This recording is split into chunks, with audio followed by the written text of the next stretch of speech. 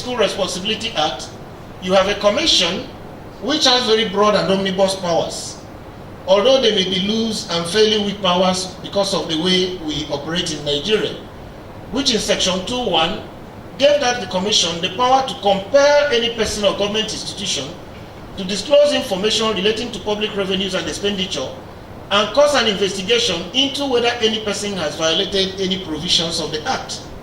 Because this is the foundation, you must establish that financial rules and regulations have been broken before you take to the next step.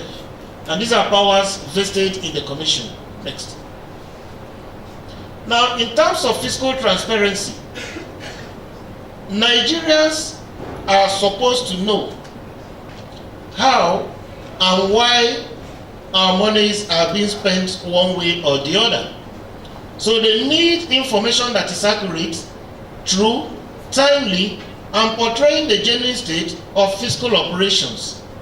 In addition, this information should be made available and accessible to the general public, open to public scrutiny, and written in a language that is clear and readily understood by the public.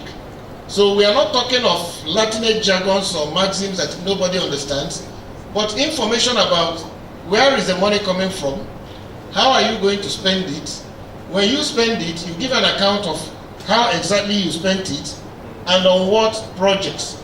And that's why a lot of Nigerians have been angry and complaining about the budget of an agency like the National Assembly, where you just have a lump sum figure in the last couple of years of 150 billion, and currently about 105 billion. So all you see is just a lump sum amount. But this amount used to be disaggregated before to give you the details of how they want to spend it, because nobody, institution or agency, is authorized in a constitutional democracy to spend money in such a way that is not known to the persons I consider to be the ultimate sovereigns. The ultimate sovereigns by Section 14, I think Section 14.2 of our Constitution, are we the people of the Federal Republic of Nigeria, the electors whose votes enthroned those in leadership positions. Next. And accountability and transparency are twins. You cannot separate them. Because if you don't know the opening balance, you will not be in a position to discuss the closing balance. Because a transparency allows accountability to be more effective.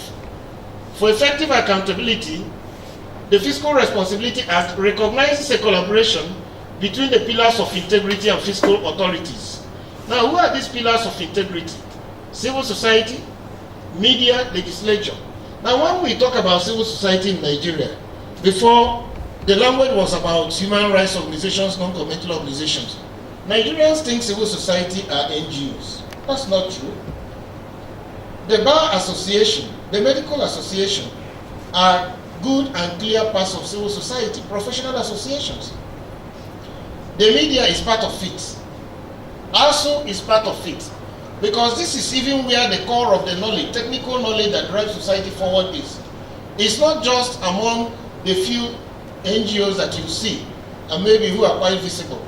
So I want that to get properly understood, for us to understand that the role of the lawyer and the Bar Association in making sure that our democracy works, in making sure that our economy works. Because the lawyer is not just a professional who simply drives between his house and the courtroom and back. And as a key part of civil society, the rule of law is not about the criminal justice system alone.